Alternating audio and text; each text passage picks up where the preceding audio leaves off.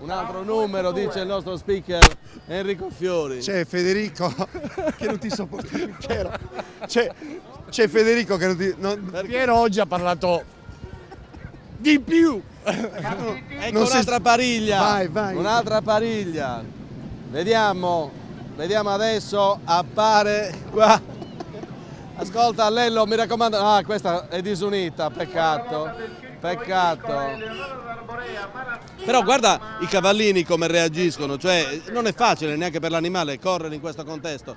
Se io vado a finire su zapping vi ammazza tutti quanti, Lello, vi distruggo. Allora, abbiamo Lello Fadda lì alla camera. Lello Fadda, ha detto, siccome lui è l'artefice di zapping, ha detto che se tu dici qualcosa di errato, di erroneo, di eroico. Guarda Lello Fadda che se tu mi metti su zapping io ti vengo a cercare, Zapping, guai a te.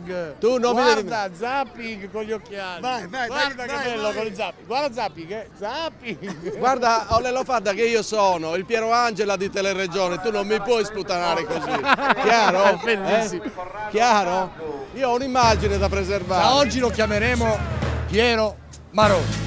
Piero Maroni. Mariongola. Angela Mariongola. Ma io lo sapevo che non mi potevo fidare di voi. Io pensavo di parlare di cose serie. Non ci riuscite voi ad essere serie. Meno male, Dio grazie.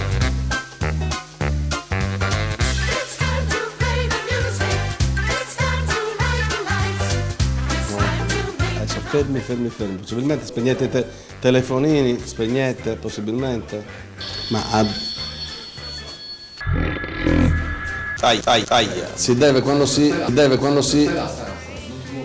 si deve sempre spegnere i telefoni.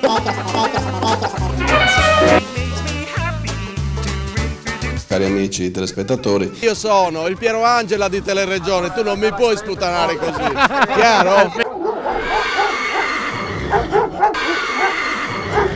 Se tu mi metti su zapping io ti vengo a cercare,